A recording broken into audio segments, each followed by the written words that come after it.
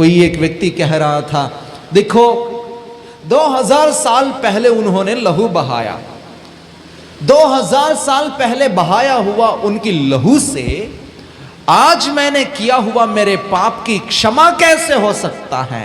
एक नदी उस वाटिका में उत्पन्न हुई और वही नदी, वही महानदी आगे जाकर के 4 भाग हो गई है, 4 धारा बन चुके हैं।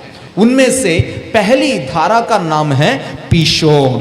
क्या है कि ये महानदी प्रभु यीशु मसीहा को दर्शाता है और यीशु मसीहा को दर्शाने वाले इस महानदी 4 भाग हो गई है, 4 धारा बन चुके हैं। इन 4 धाराओं को बाइबल की तत्व शास्त्रों ने या तत्व लोगों ने ये कहते हैं कि मत्ती रचित सुसमाचार, लूका रचित सुसमाचार, मार्कुस रचित सुसमाचार और यूहन्ना रचित सुसमाचार, ये चारों सुसमाचार इन चारों नदियों को दर्शाता है।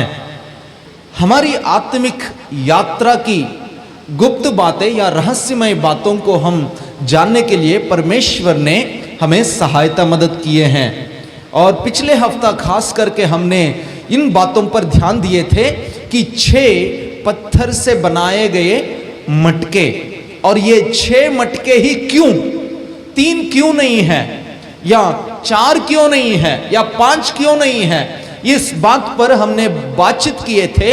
और ये 6 मटके, 6 नंबर जो हैं, 6 इंसान की नंबर है, इंसान को दर्शाता है और 6 परमेश्वर को दर्शाता है और साथ साथ में ये 6 शैतान को भी दर्शाता है और इतना ही नहीं 6 जो है समय को भी दर्शाता है।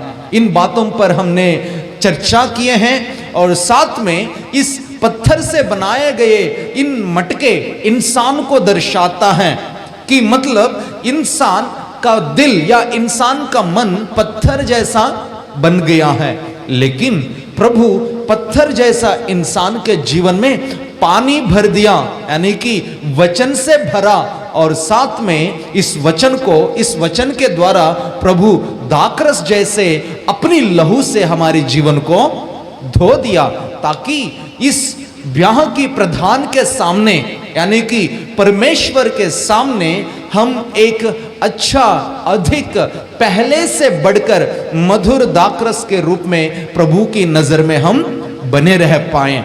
आमीन।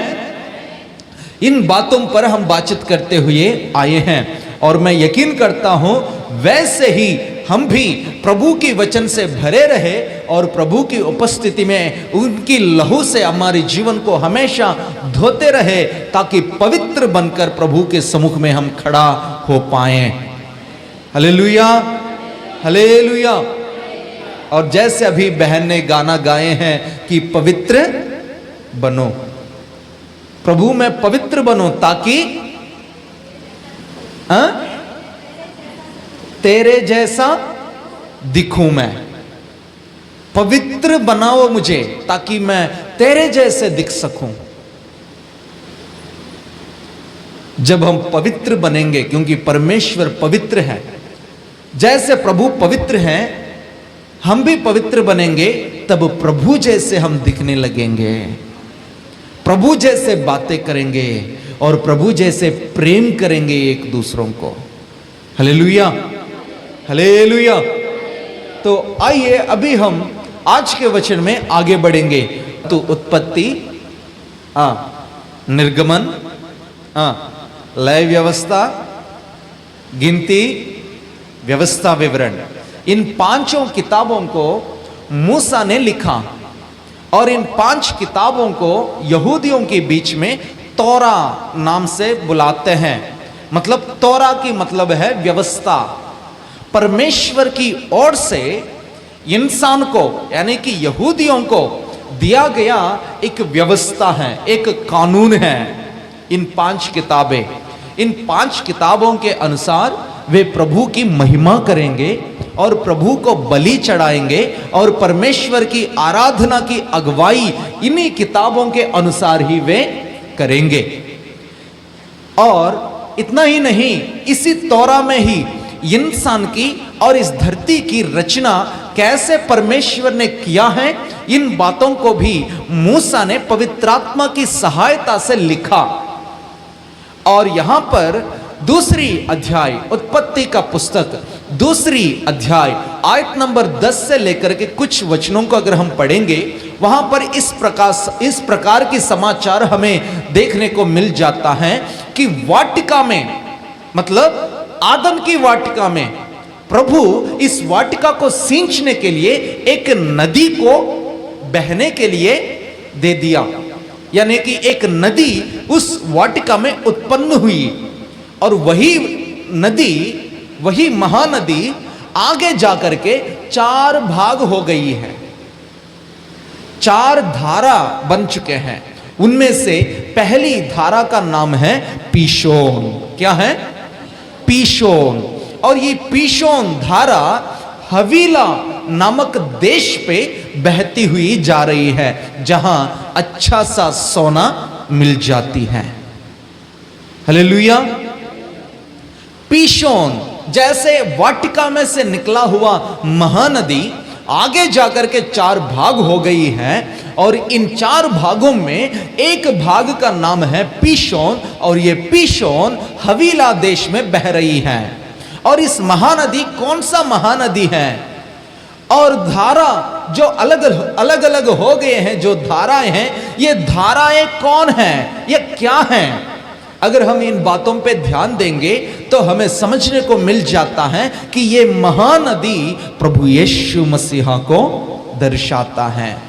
और यीशु मसीहा को दर्शाने वाले इस महानदी 4 भाग हो गई है, 4 धारा बन चुके हैं। इन 4 धाराओं को बाइबल की तत्व शास्त्रों ने या तत्व लोगों ने ये कहते हैं कि मत्ती रचित सुसमाचार, लूका रचित सुसमाचार, मार्कुस रचित सुसमाचार और यूहन्ना रचित सुसमाचार, ये चारों सुसमाचार इन 4 नदियों को दर्शाता है। हालेलुया। तो अभी हम देखते हैं ये जो पीशोन नदी है, इस पीशोन नदी हवीला नामक देश पर बह रही है। हवीला नामक देश में से होकर के बह रही है। इस हवीला देश का मतलब है, या हवीला शब्द का अर्थ है रेगिस्तान। क्या है? रेगिस्तान। यह है रेगिस्तान। इस पे इस नदी इस हवीला देश में ज्यादा से ज्यादा रेत ही रेत है। इस रेगिस्तान में से होकर के बहने वाली नदी का नाम है पीशोन। और यह रेगिस्तान हम जैसे इंसानों को दर्शाता है। लेकिन इस हवीला देश में लिखा है अच्छा सा सोना वहां पर मिल रही है या मिल जाता है। रेगिस्तान जैसे जमीन में पीशोन नदी बहने पर वहां पर सोना बाहर आने लगा। इसका मतलब यह है पीशोन नदी यानी कि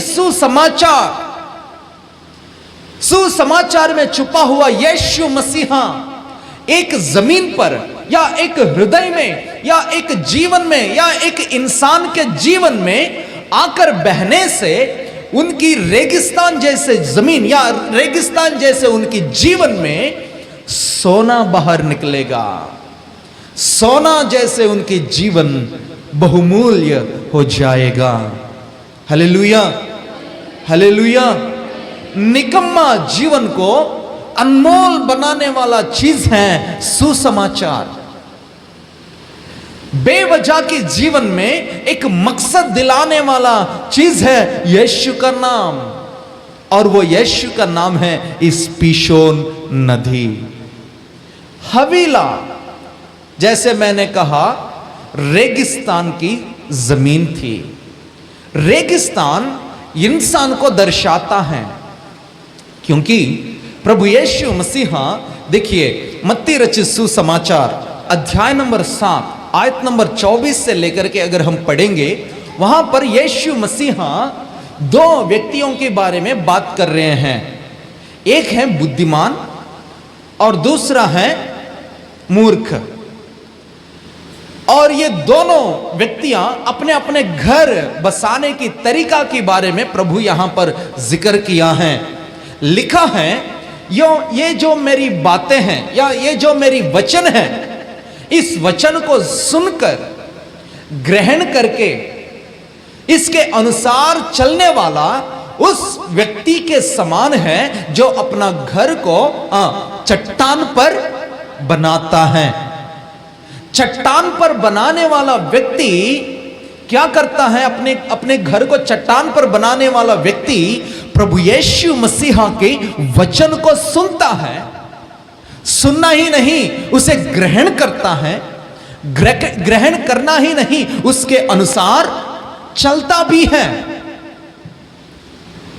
उस व्यक्ति, उसके अनुसार चलने वाला व्यक्ति बुद्धिमान है जो अपना घर को चट्टान पर बनाता है। चट्टान पर बनाने से क्या फायदा है? लिखा है, तूफान आएगा, आंधी आएगा, पर घर टिका रहेगा। वैसे ही एक और व्यक्ति के बारे में भी यहां पर प्रभु जिक्र किया है। कहते हैं कि ये जो मेरा वचन है उसे सुनकर ग्रहण करके उसके अनुसार जो नहीं चलता है या उसे ग्रहण नहीं करता है या उसे नहीं सुनता है, उस व्यक्ति इस ऐसे व्यक्ति के समान है जो अपना घर को रेगिस्तान में बनाता है। रेगिस्तान में बनाया हुआ घर आंधी में या तूफान में टिक नहीं सकता है। आमीन। आंधी आने से या तूफान आने से हमारा इस घर, हमारा जीवन या हमारी विश्वास की यात्रा मजबूत रहने के लिए हम अपनी विश्वास को चट्टान पर बनाना चाहिए। और उस चट्टान यीशु मसीह है, उस चट्टान पवित्र आत्मा है और उस चट्टान परमेश्वर यहोवा है। उनके नाम पर उनमें विश्वास रखा हुआ व्यक्ति उनकी वचन को सुनता है, उनकी वचन के अनुसार चलता है और उसके वचन को वे ग्रहण कर लेता है। लेकिन रेगिस्तान जैसे दुनियादारी को दर्शाता है या इंसान के स्वभाव को दर्शाता है, उस व्यक्ति परमेश्वर के वचन पर ध्यान नहीं देता और उसके ग्रहण नहीं करता, उसके अनुसार नहीं चलता। लेकिन वो विश्वास करता है, लेकिन वो सोचता है कि मैंने भी घर बना लिया, मैं भी विश्वास करने लगा, मैं भी चर्च जाने लगा, मैं भी प्रभु की उपासना करने लगा। लेकिन जब तूफान आएगी, जब आंधी आएगी, जब समस्याएं तुम पर हमला करेंगे, जब विरोध तुम्हारे खिलाफ खड़े हो जाएंगे, तब तुम्हारी विश्वास डगमगा जाएगा और बनाया हुआ तुम्हारा विश्वास की डेरा गिर जाएगी। इसका मतलब चट्टान मजबूत है लेकिन रेगिस्तान यानी कि रेत की जमीन कमजोर है, कमजोर है। हालेलुया। रेगिस्तान कमजोर है, रेत से जो भरा हुआ जमीन है कमजोर है। मैंने कहा इस रेगिस्तान इंसान को दर्शाता है। जैसे रेगिस्तान इंसान को दर्शाता है, रेगिस्तान जिस तरह वो कमजोर है वैसे हम भी कमजोर हैं। इंसान कमजोर है, लेकिन पौलुस कहता जब मैं कमजोर होता हूं तब मेरा प्रभु की शक्ति मुझे बलवंत करता है। आमीन। Hallelujah, hallelujah. इस कमजोरी से हमारे जीवन में खतराएं हैं, डगमगा जाते हैं, तीतर बीतर होने की खतरा है, विश्वास में उखड़ जाने की खतरा है। लेकिन जब हमारी विश्वास प्रभु जैसे चट्टान में बने रहेगा तब हमें कोई उखाड़ नहीं सकते हैं। हालेलुया। परंतु हम जैसे कमजोर लोगों पर पीशोन नदी बह रही है, यानी कि रेगिस्तान जैसे जमीन में कमजोरी पर या कमजोर जमीन पर पीशोन नदी की आवश्यकता है, क्योंकि ये कमजोरापन की वजह से पौलुस कहता है एक कलीसिया से, देखो तुम्हारे बीच में विश्वास में जो कमजोर हैं उन्हें अपनाओ, विश्वास में जो कमजोर हैं उन्हें अपनाओ, क्योंकि उनकी शंकाओं को लेकर के वाद विवाद करने के लिए नहीं, परंतु उनकी जो कमजोरापन है उस कमजोरी में तुम उनकी मदद कर पाए। हालेलुया। मतलब विश्वास में कमजोर होने से शंक या शक, शंक नहीं शक, हालेलुया हालेलुया, विश्वास में जब हम कमजोर हो जाते हैं हमारे अंदर शक आ जाता है। इसलिए बाइबल में प्रभु कई जगहों में वे अपनी चेलों को देखकर कहता है, हे अल्प विश्वासियों। मतलब अल्प विश्वासियों का अर्थ यह है कि विश्वास में वे कमजोर हो गए हैं। वे विश्वास में कमजोर होने के वजह से उनके अंदर शक आ गया कि क्या प्रभु हमें बचा सकता है इस आंधी तूफान से? क्या प्रभु इस व्यक्ति को ठीक कर सकता है? क्या प्रभु इस अंधा को आंख दे सकता है? क्या प्रभु इस मुर्दा को जीवित कर सकता है? इस तरह उनके अंदर डाउट आने लगे, शक आने लगे, और इन शक के कारण उनके बीच में वाद विवाद होता था। इसलिए पौलुस भी कहता है, आपके बीच में कोई एक व्यक्ति कमजोर हो विश्वास में, उनकी शंकाओं को लेकर के वाद विवाद ना करे, क्योंकि शंकाओं से वाद विवाद होता है, लड़ाइयां होते हैं।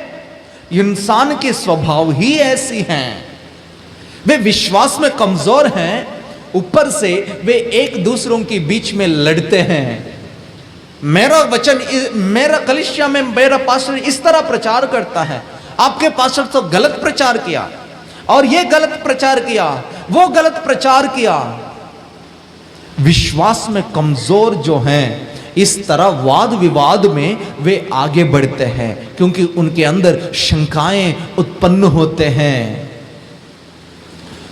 हमारे अंदर कोई शक नहीं होना चाहिए, कोई शक नहीं होना चाहिए। प्रभु को लेकर के, उनकी ताकत को लेकर के, उन्होंने बहाया हुआ उनका लहू को लेकर के, उनके द्वारा मिली हुई हमारी उद्धार को लेकर के हमारे अंदर कोई शक नहीं होना चाहिए। उन्होंने परमेश्वर के पुत्र था, वो पुत्र है वे, और इस धरती पर इंसान के पुत्र बनकर उतर कर आया ताकि अपनी लहू बहाकर एक होम बलि या बलि की पशु बनकर हमारी पापों की प्रक्षालन वे कर पाए। हमारी पापों से वे हमें साफ करके, पवित्र करके हमें बचा पाए। कोई एक व्यक्ति कह रहा था, देखो 2000 साल पहले उन्होंने लहू बहाया, 2000 साल पहले बहाया हुआ उनकी लहू से आज मैंने किया हुआ मेरे पाप की क्षमा कैसे हो सकता है? चलो उनकी लहू से पापों की क्षमा हो जाता है, लेकिन उस समय में उन्होंने 2000 साल पहले उन्होंने लहू बहाया, तो आज मैंने पाप किया तो मेरा पाप की क्षमा कैसे हो सकता है उनकी लहू से? लेकिन मैं आपसे कहता हूं, कुत्ता काटता है किसी को, वैसी दवाई जैसे हमारे जीवन में हर एक प्रकार की बीमारियों के लिए दवाइयां पहले से ही बनाया गया है, लेकिन अभी भी बीमारी आने पर उस दवाई खा करके हम ठीक हो जाते हैं। वैसे ही पाप की बीमारी चाहे अभी हो, चाहे कई साल के बाद में भी क्यों ना हो, लेकिन दवाई 2000 साल पहले ही बनाया गया है, दिया गया है। उस दवाई का नाम है प्रभु यीशु की लहू। आमीन। प्रभु यीशु मसीहा, उनके नाम से बीमार ठीक हो जाते हैं, पाप क्षमा की जाती हैं। और उस दवाई 2000 साल पहले इस धरती पर उतर कर आया है। चाहे कितने भी खतरनाक बीमारी क्यों ना हो तुम्हारे शरीर में, चाहे कितने भी खतरनाक पाप क्यों ना हो, उसकी क्षमा आज उस दवाई से हो सकता है। हालेलुया, आमीन। तो इसलिए कमजोर विश्वास के कारण हमारे अंदर शक आ जाती है, लेकिन अब हमारे अंदर कोई शक नहीं आना चाहिए कि मेरा प्रभु, लेकिन इस तरह विश्वास आपके अंदर होना चाहिए कि मेरा प्रभु मुझे या मेरे प्रार्थनाओं की उत्तर वे दे सकता है, मुझे वो ठीक कर सकता है, मुझे वो क्षमा कर सकता है, मुझे वे स्वर्ग में पहुंचा सकता है। इस तरह की यकीनता हमारे अंदर दृढ़ विश्वास होना चाहिए। हालेलुया। और ये हवीला कमजोर जमीन थी, इस हवीला आप और हम हैं। इतना ही नहीं, और ये हवीला देखिए, नीति वचन की पुस्तक अध्याय नंबर 27 आयत नंबर 3, 27वां अध्याय आयत नंबर 3 नीति वचन की पुस्तक पढ़िए। पत्थर तो भारी है, बालू में बोझ है। Hallelujah, hallelujah. पत्थर तो भारी है, 10 किलो की पत्थर 10 ही किलो रहेगा, लेकिन बालू यानी कि रेगिस्तान की रेत जो है वो बोझ है। मतलब एक बस्ता या एक कट्टा आप बालू लेकर के या रेत लेकर के खड़े हो जाओ, धीरे धीरे धीरे धीरे धीरे धीरे उसकी वजन बढ़ जाता रहेगा, उसकी वजन बढ़ता रहेगा। वो बोझ है।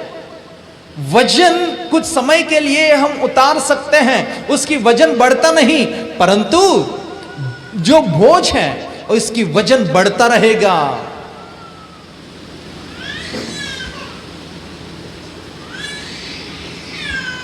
जो बोझ है इसकी वजन हमेशा बढ़ता रहेगा। इसलिए प्रभु यीशु मसीहा कहता है कि हे बोझ से दबे हुए लोगों, मेरे पास आओ, मैं तुम्हें विश्राम दूंगा। मत्ती रचित सुसमाचार 11वां अध्याय आयत नंबर 28 को अगर आप पढ़ेंगे, उस वचन में इस प्रकार लिखा है कि हे बोझ से दबे हुए लोगों, बोझ से इंसान दब जाता है, ये वजन बढ़ता रहेगा। किसी भी एक छोटा सा वीडियो मैंने देखा, उसमें कहने वाले इस प्रकार कहते हैं, ये जो एक गिलास पानी है, आप इसे पकड़ो, वो उठाता है गिलास, कहते हैं ऐसे ही पकड़ के रखना। बंदा उसे पकड़ के रखता है 5 मिनट, 10 मिनट, आधा घंटे के बाद वो जो गिलास पानी है, छोटा सा गिलास में जो पानी है, उस पानी की बोझ जो है या उसकी वजन जो है बहुत भारी लगना होगा, लग जाता है, इसको बहुत भारी लगेगा। और 1 घंटा बीतने के बाद और ज्यादा भारी, पूरा हाथ सुन हो जाता है और कहते हैं मेरे से बर्दाश्त नहीं हो पाएगा, ये गिरा देता है। Hallelujah, hallelujah. वैसे ही हमारे जीवन में भी अलग अलग प्रकार के बोझ हैं, चिंता की बोझ हैं, अलग अलग चीजों को लेकर के चिंता है। इन चिंताओं को लेकर के हम बैठे रहेंगे, धीरे धीरे धीरे धीरे इन चिंताओं से हमारी जीवन बोझ लगेगा, बहुत वजन सा लगेगा। लेकिन प्रभु कहता है तुम्हारी सारी चिंता मुझे दो, क्योंकि मैं तेरी चिंता करता हूं। आमीन। तुम्हारी चिंता करने वाला एक व्यक्ति है। आपको लगता होगा कि मेरे बारे में कोई सोचता नहीं है, कोई चिंता नहीं करता है मेरा, मैं सुबह उठता हूं, काम करता हूं, ड्यूटी जाता हूं, शाम को आता हूं, लेकिन कोई मेरा परवाह नहीं करते हैं। लेकिन मेरा प्रभु कहता है कि मैं तेरी चिंता करता हूं, तुम्हारी सारी चिंता मुझे दो, भूज से दबे हुए तुम मेरे पास आओ, मैं तुम्हें विश्राम देता हूं। Hallelujah, hallelujah. बोझ के कारण इंसान के जीवन में विश्राम को खो जाता है।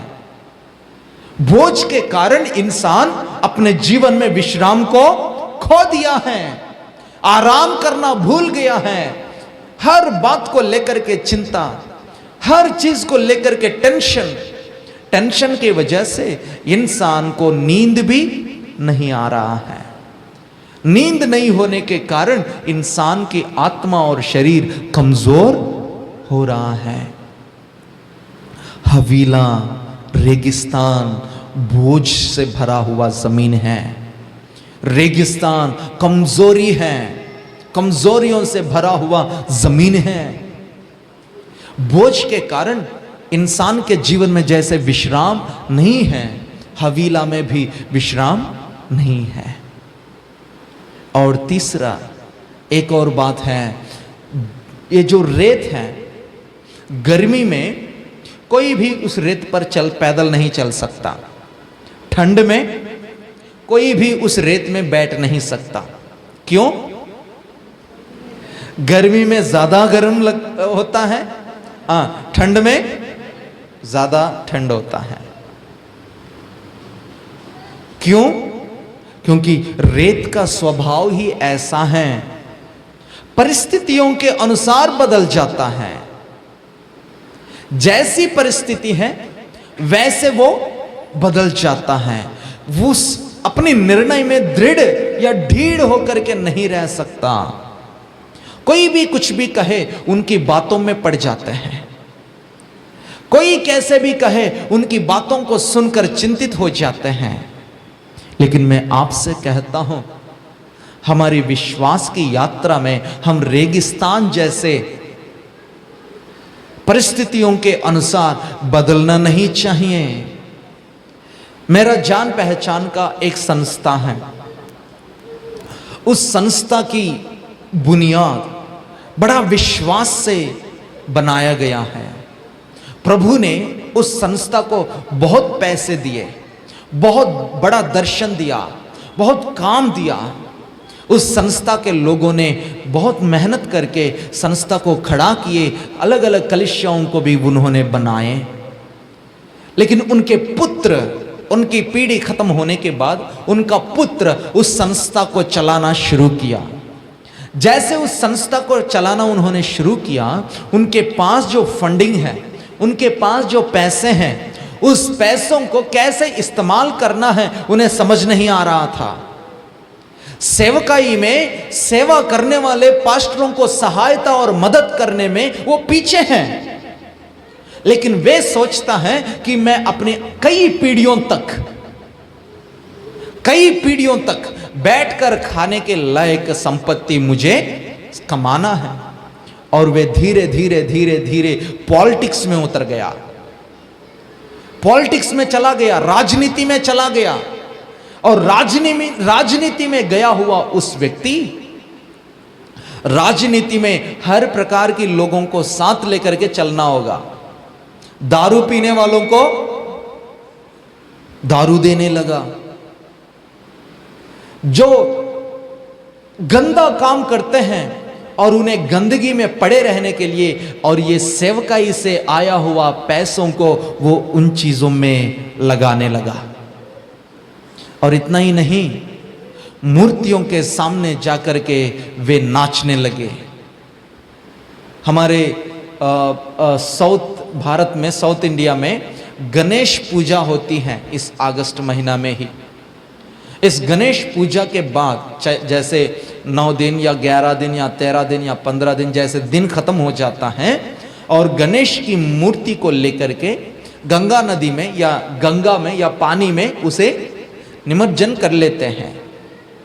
और उन चीज़ों में वो जाकर के उन लोगों के साथ नाचते हुए, टीका लगाकर और उस मूर्ति के साथ खड़ा होकर के फूल की मालाएं चढ़ाते हुए वे अपना विश्वास को भ्रष्टाचार कर दिया है, अपने विश्वास को उसने बेच दिया है। जैसे परिस्थितियां आने लगा वैसे वो बदलने लगे। और क्या था, मैं तो दुआ करता हूं अपने घर में, मैं अपनी पर्सनल लाइफ में प्रार्थना करता हूं, लेकिन बाहर आते ही वो अपनी परिस्थितियों के अनुसार वो बदल जाने लगा।